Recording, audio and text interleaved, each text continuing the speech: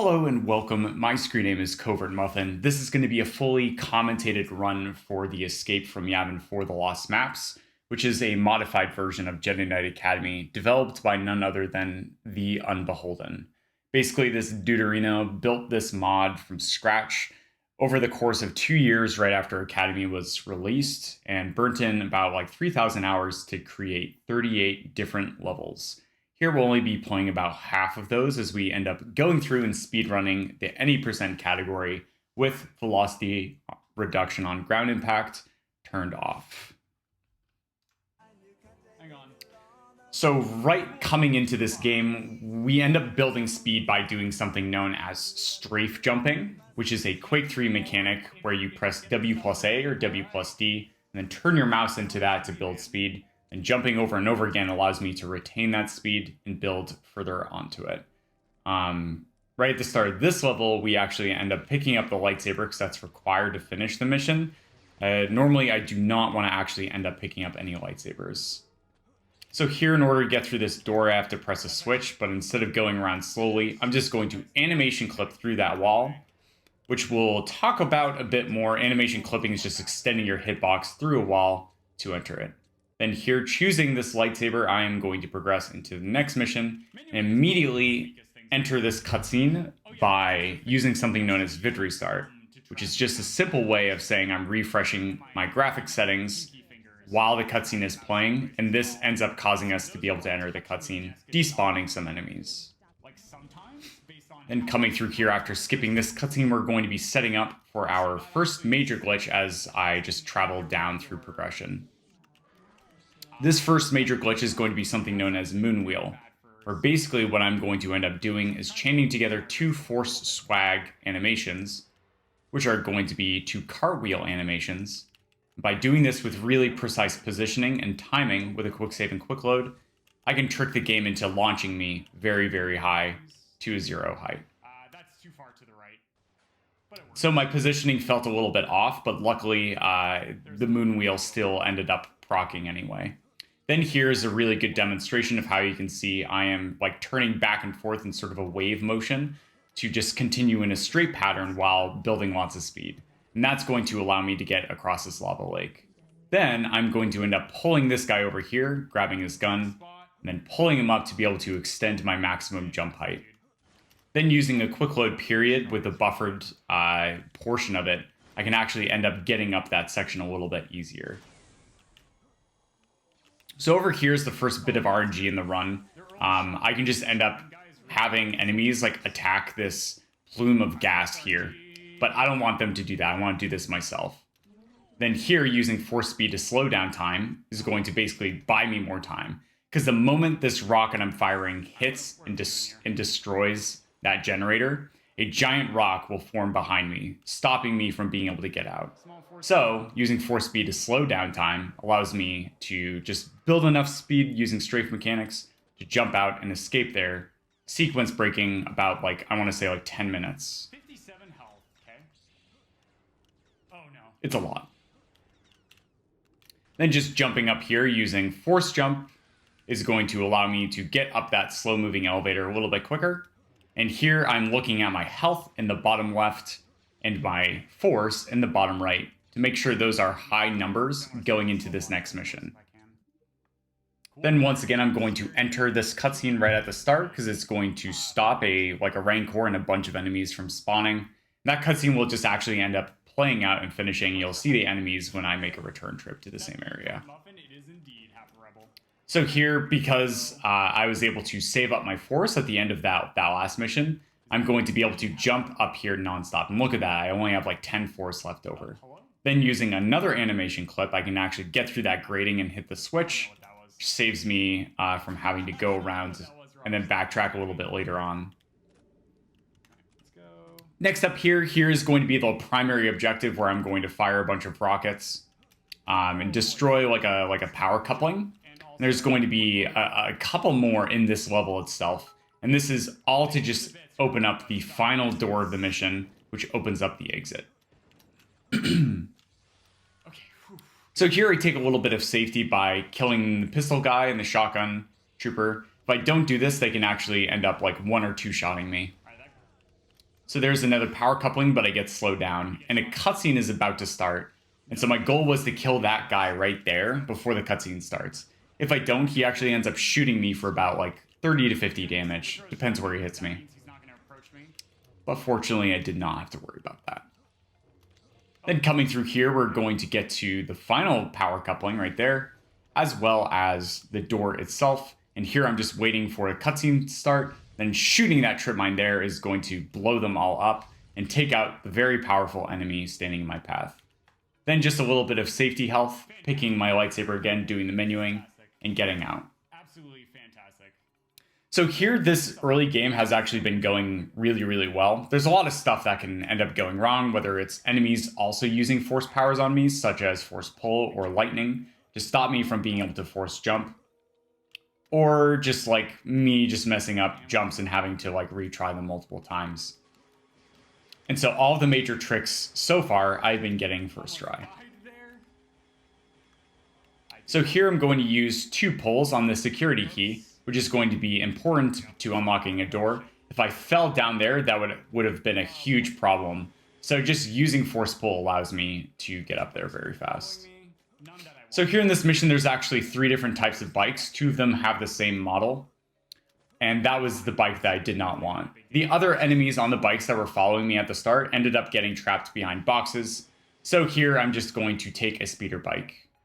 The speeder bikes themselves are one of the more fascinating aspects of Academy, where if you turn with them very fast, then use the speed boost, you can build a ton of speed. Then using the hip check side feature, that's like known from Return of the Jedi, we can actually end up launching ourselves, as you saw there. So earlier I tried to set up a bit of a manipulation to get a specific departure angle off the bike. I didn't get it, but that's okay. Then using a thermal detonator throw to be able to extend my hitbox, I was able to grab that security key. Another nice thing here on this mission, as you can see, there's a bunch of enemies just like standing around. Those were all enemies who actually started on speeder bikes. But for some reason, when you push them off, they actually will just stay off the bikes unless there is a bike directly bordering them. They just won't try and get back on the bikes at all. That didn't work. That's so bizarre. That happened in my last run. So coming up here into this next section, I'm going to be showcasing off sort of the main objective. Using a security key to open one of these sort of huts here is going to get me access to that panel. And so I need to activate 3 different panels that are all locked between like 3 different security key areas. But upcoming here is going to be one of the bigger tricks of this level, known as stealing the Declaration of Independence, where I'm going to do another bike launch here at a very specific spot and an angle in order to do this. Looks good. We'll find out. Yes, yes.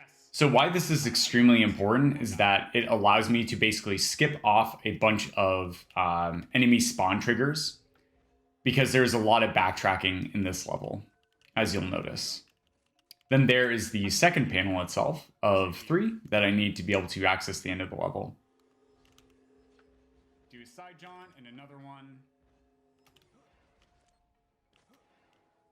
So here coming in this building, this is actually the end of the level. But we still need to activate that last panel to be able to spawn the final boss and also open the exit. Then coming through here, I want one of these black speeder bikes because they actually end up having a shorter cooldown for the speed boost compared to one of the colored models. So having a black bike here is going to allow me to sneak in 1 extra boost.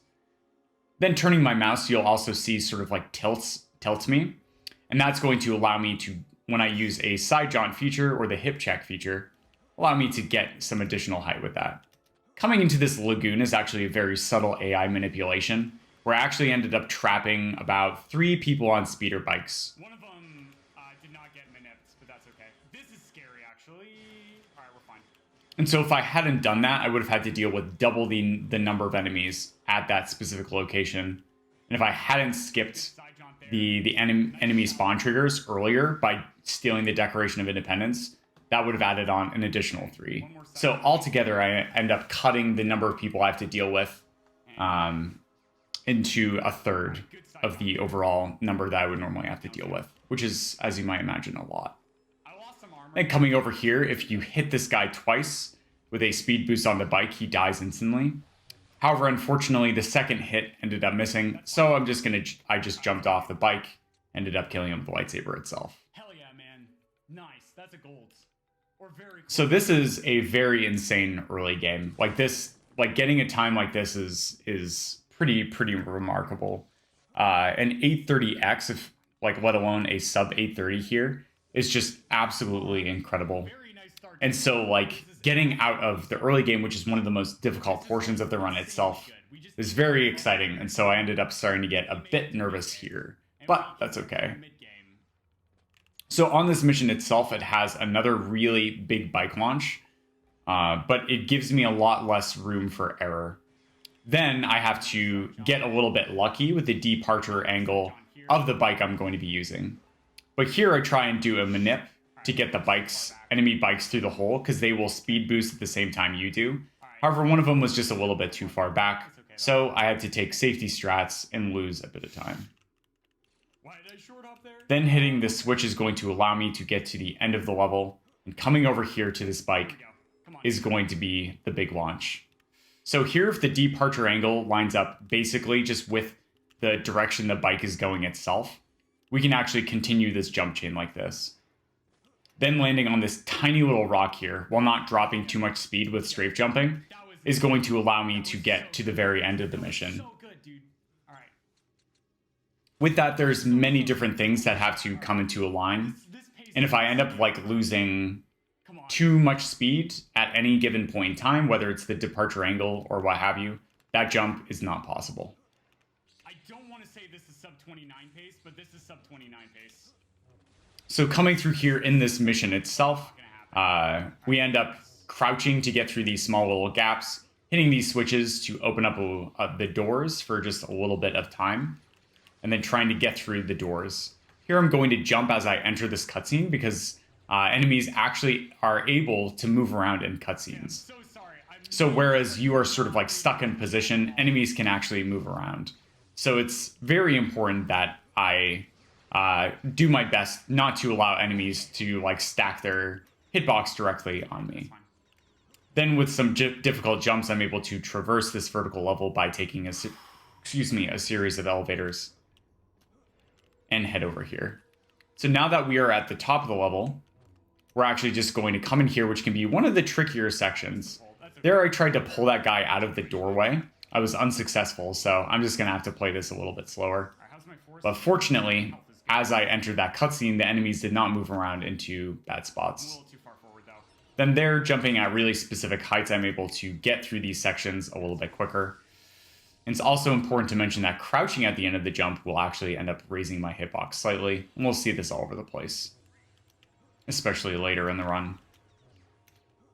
What I'm going to do is I'm going to take intentional time loss up ahead. Yes. So up here is going to be another AI manipulation, where I'm going to break that glass floor and then jump over it immediately over. And so there I needed 3 people to walk into that hole and take a death. One of them, though, can like troll you and do like taunting animations, but that was the best possible RNG that I could have gotten. All right. Okay. But that loses just a tiny bit of time. So here it's important to get through that door. If I'm too slow, then I have to wait for a really long time for the door to reopen. Okay. Then destroying 2 enemies, because once again they move around during the cutscene, is going to be leading us to the first big mistake of the run. So as you might imagine, using a force power such as force jump, which allows me to jump higher, or jump for longer, requires force. So right earlier there, I ended up accidentally burning all of my force. And so I'm in a tough spot. Then also my health is very low. And so here I'm going to try and shoot a projectile at this enemy in order to have him push me over.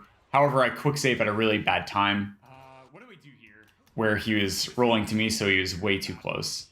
Luckily, though, he ended up just walking into the trip mines himself, and I was able to get through that section. So that was the first sort of sequences of big time loss in the run so far. So there, that pistol guy can actually end up taking a lot of health, and I really need at least 70 health entering this next mission to do it safely.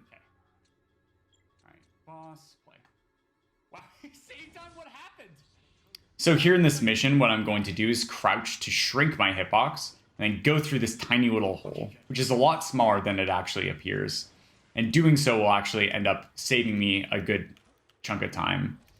Then using Force Protect to mitigate most of the damage I'm taking, I think about 50% at level 2, I'm able to get through that section much, much, much more safely. So here I'm on a timer to be able to do that jump in order to get to this elevator, and I was able to make it no problem. So far this level has been going very well. Next in the upcoming section, there's going to be a series of Jawas. Each Jawa has a 50% chance of either spawning with a destructive DEMP gun or having force powers and a saber staff.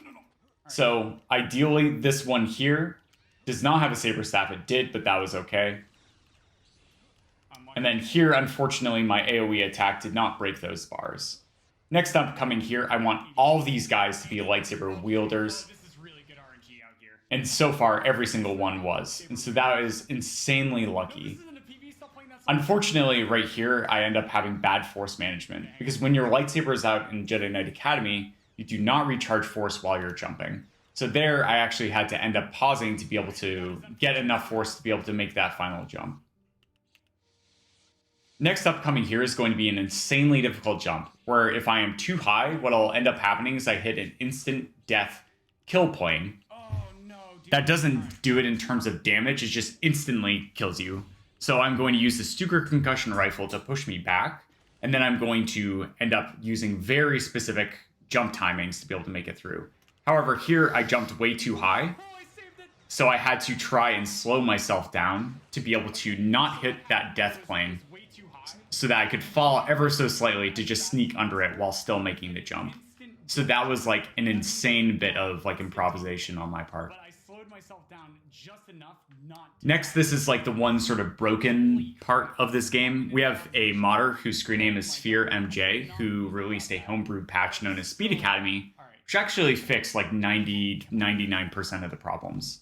Luckily, the mod itself allows us to basically just load a level. And this is allowed for the speedrun because I have the same inventory, the same health, and the same everything going into it. Here, unfortunately, though, I had a slip up in the menuing, and I actually have no idea what to do in this situation. What ended up happening was I ended up selecting a second lightsaber, which was a problem, because if I have two lightsabers, I am no longer able to do a trick that I want to do in this upcoming mission. Fortunately, just backing out and doing the menuing again allowed me to basically revert my lightsaber back to the same amount. And you'll notice that my health and all my ammo and stuff is still okay. But that was just an unfortunate blip that lost me over 10 seconds, I'll say. And that's okay, because I'm feeling very nervous right now based on the insane pace that this run is going so far. I can explain it when I get to the next section, why that was bad. Yes. And why I had to do what I just did. So coming down here, we're going to do one of the most precise animation clips, if not the most precise one. Looking at a really specific pixel, I will activate a saber kata, which is what further extends my hitbox the most compared to any form of animation clipping, but requires 50 force. Doing so allows me to press a switch, which opens up these canisters here to be destroyed. And these are the very end mission objective. And normally you have to go through a bunch of like finding keys all around the map, and then opening up multiple switches to be able to open it up. However, with that one animation clip, we're able to skip the entire level pretty much. We had 15 seconds to save on that level, and I ended up just losing that instead. But that's okay. My hands are shaking. I accidentally did the worst possible menu management. So here, right in this elevator, you can see itself how expansive this mod is. All these levels are fully functional, they are fully explorable, and there's a lot of additional levels and content to be found. However, in this, we're going to take a very specific route to be able to get through and finish them as quickly as possible. So right up here, I have to end up killing that guy. We're going to use heavy style with a single saber for most of our saber combat, especially later in the run to quickly kill enemies. Next, we can hit this panel from behind it. I slightly overjump, losing a little bit of time, but no problem. I'm able to make it through. Then here, something that's known as a quick climb ended up happening, canceling out my jump input. And so I ended up falling down instead of jumping upwards. And that's okay. I was just a little bit too close to a ledge that was slightly higher. Then coming up here, I'm going to switch to a light style, which attacks quickly. I accidentally missed my second swing, though, so I have to do a lightsaber throw as a backup. Oh, come on. So here in this cutscene, I take a bit of a risk with Rosh. The turret can actually end up killing Rosh during that cutscene, but the turret was kind and behaved and helped us out. Chapter 4 is not going my way so far. So now that we're completely up here, what we're going to do is decide to go to the old reactor as the next part. Here we go. And in this level, it's normally like a 10-minute auto-scroller with Rosh and lots of dialogue and stuff. However, doing a very, very precise positioning for Moonwheel, we can actually just jump up the shaft where we fell down. And this is only possible because the end of mission trigger is actually currently loaded. And it just so happens to be at the end of the shaft right here. And so there, that saves like roughly 10 minutes. We can save time in. And getting that first try is absolutely incredible. That is a very, very precise setup and timing. I did that last time too. So here I'm just very nervous. Usually you just do a little bit of a jump chain to be able to get over. But I just ended up like slowing it down a bit just to make sure I got over. All right, jump. So here I tried to get stuck in the propeller slightly in order to be able to have them throw me over. I got a little bit further over, and that was good enough. Force jump there to get ahead. Here I'm going to kill that guy because after I activate the switch, the door is only going to stay open for a small amount of time. Coming over here, I'm going to try and force grip this person and throw him out of the way so I can pull this box and continue on. So unfortunately here, this guy got a roll stab on me, dealing about 160 damage. I decided that was a little bit too much health to lose, and so I ended up loading back. This is unfortunate because this level I ended up having a big time save in, but that one quick load back, because I did not have a good quick save position, ended up losing me a huge chunk of time. But I'm still very happy with the judgment call I made, because especially in the upcoming level, health is going to be an extremely important resource, as you might imagine. So we should save a little time there. Okay, jump, attack. There. Hit that, open this door. So in this next upcoming area, I mentioned a bit earlier that crouching midair ends up raising our hitbox. All right, move my mouse. That's okay. And so if a trigger is actually peeking through a floor like it is here, we can jump, crouch right at the top, raise our hitbox ever so slightly into that trigger, thus hitting it and ending the mission. And that is all because the trigger is just peeking through the bottom of the ground. So next, there, unfortunately, that guy ended up shooting me, dealing about 80 damage to me, if not slightly more. And so this is like a good sort of a showcase of like how brutal Academy, and especially Escape from Yavin 4, can be as a speed game. Because with like health management, that's already very difficult. Having all these things that can just end up nuking you down is really scary. And so there, I didn't have enough force for Force Protect, and there I didn't have enough health to be able to land normally, and because the roll actually ended up failing, I died instantaneously.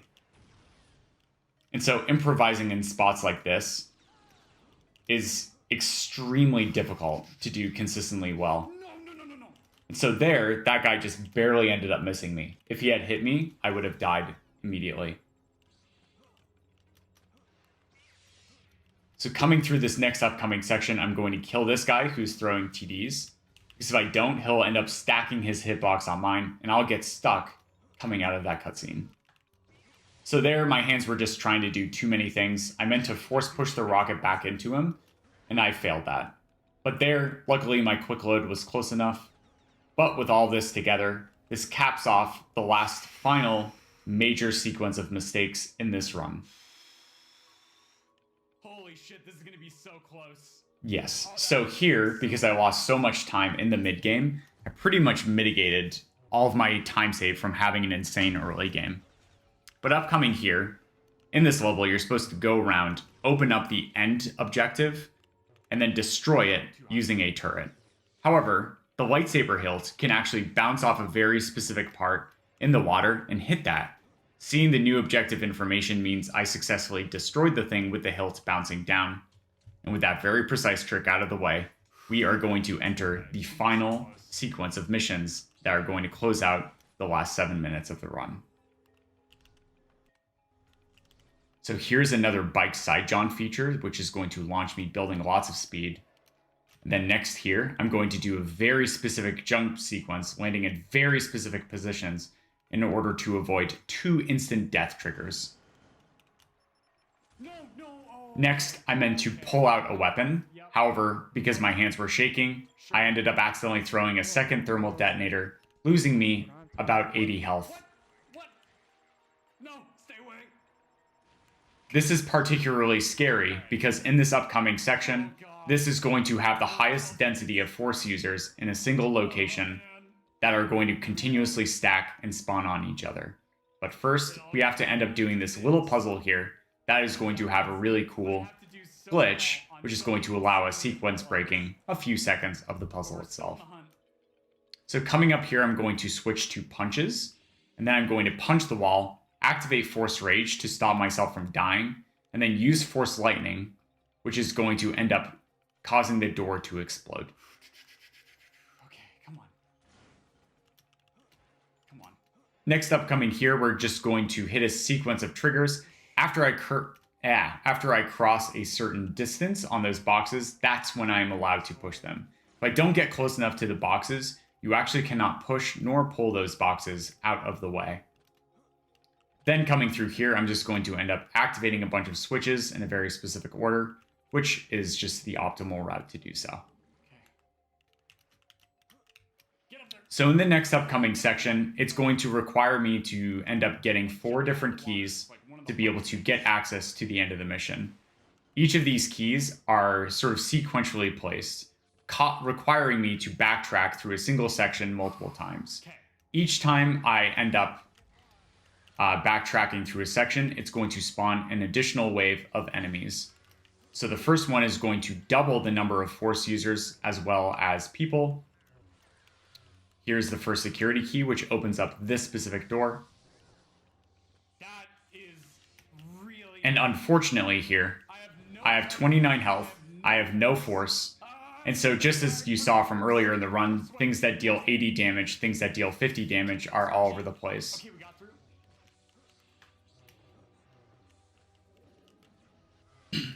Next, backtracking through this section once again is going to spawn even more enemies. So it's extremely vital that I work both concisely and quickly through these sections to get through. If I don't, then each of these Force users have time to decide their aggro pattern on me, whether it's going to be directly attacking me very aggressively, or it's going to be keeping distance and using a Force power. Enemies really can do a lot of different stuff.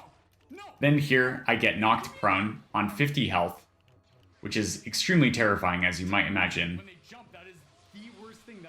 Then using really specific lightsaber mechanics known as quick drawing a lightsaber to skip a passive portion, as well as saber shivering and using my mouse to look slightly up, I'm able to kill those lightsaber foes very, very quickly.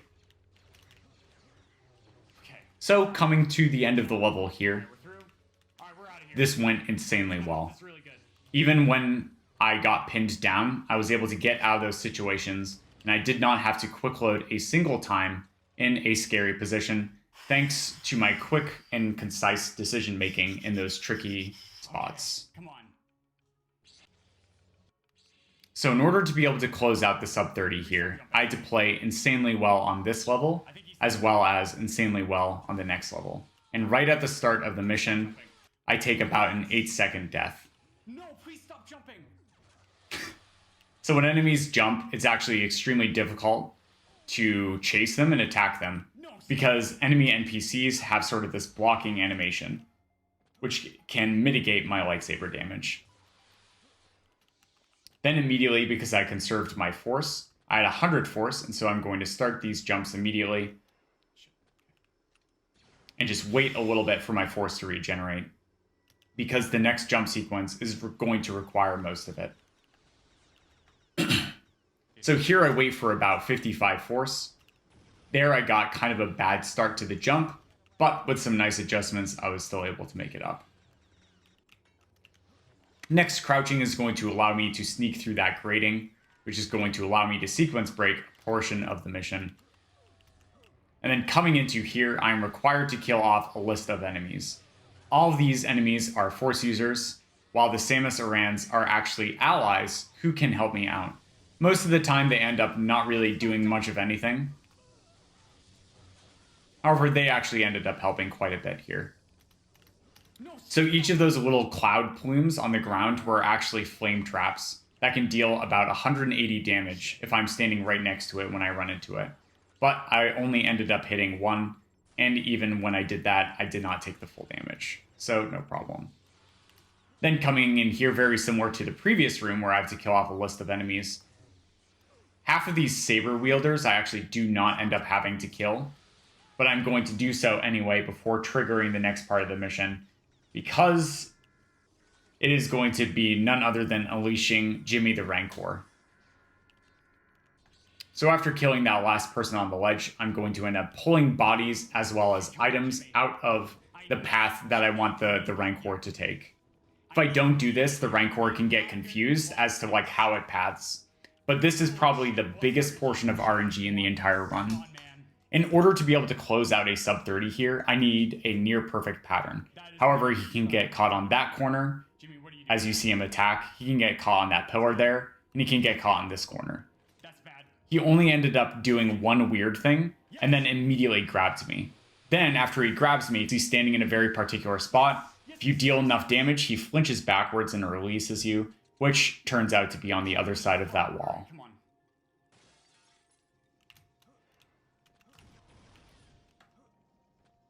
So now that that mission went incredibly well, we have two big lightsaber fights that need to go nearly perfectly in order for me to be able to close out the time, because I lost nearly all of my time save in mid-game itself. In this mission, Darth Maul can end up using Force Protect to mitigate 80% of all damage. However, I end up action locking him by using Force Speed in order to slow down time while he's in a very specific animation of an attack. If I had mistimed this Force Speed, he would have activated Force Protect, mitigating 80% of damage and causing the fight to go on for about 5 times the amount that it took me to kill him. And that would have caused me to fail the sub 30. Here, as you can see, Mace Windu ended up using Force Protect a little bit earlier because he's shrouded in green and is having a very bad passive damage blocking. And so as you can see, me trying to kill him is actually not going nearly as well. My own ally. The good news is that the first 2 enemies of the mission that can be some of the more troublesome ones ended up dying very quickly. Here, Chewbacca, or the Wookiee, can end up using Force Rage, stopping me from being able to take him down. And with this, I am going to the last enemy, which is Yoda. And with the fast kill, we were able to close it out. Yes! Fucking take a fucking bath, dude. Are you fucking kidding me, man? Yes! Yes! Fucking yes! Holy shit, dude. Unfucking believable, man. Unreal. That is a sub 30. No way, man. Unreal. With that, this is still about 2 minutes away from what my sum of best should pretty much equate. I think 27 sum of best is definitely doable. However, especially in a speed game as complex and difficult as something like Jedi Knight Academy, it is very, very impressive for Escape from Yavin 4 to come within 2 minutes of my sum of best itself. With that, this is going to be the end of the run, and pretty much the end of the category itself for me for now. I probably will end up returning to it eventually to try and grind out a sub 29 most likely. However, this one had an extremely good early game, extremely good late game, with all the time save sitting right there in mid game. But thank you so much. If you're interested in trying this out, I have linked the resources down below, as well as our homebrew patch known as Speed Academy, to help increase the stability of the mod. You don't need to be a speedrunner to try this out. It is completely free as long as you end up owning Jedi Knight Academy itself. But that being said, thank you so much for joining me on this video, and I hope you enjoyed it.